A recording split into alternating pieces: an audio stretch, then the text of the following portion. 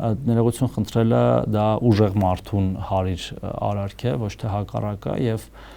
մենք միշտ նաեւ դրանով ենք ուժեղ եղել, որ եթե կարծել ենք, որ մեր որևէ արարք, մեր որևէ քաղաքացու կարող է վիրավորած լինել կամ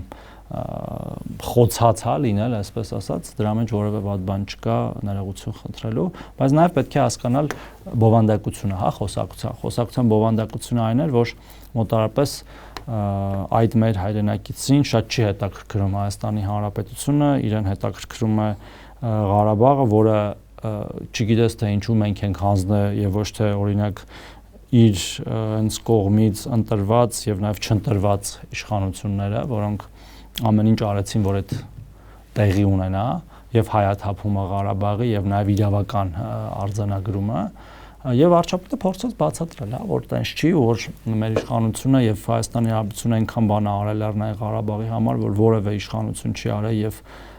որևէ ձևով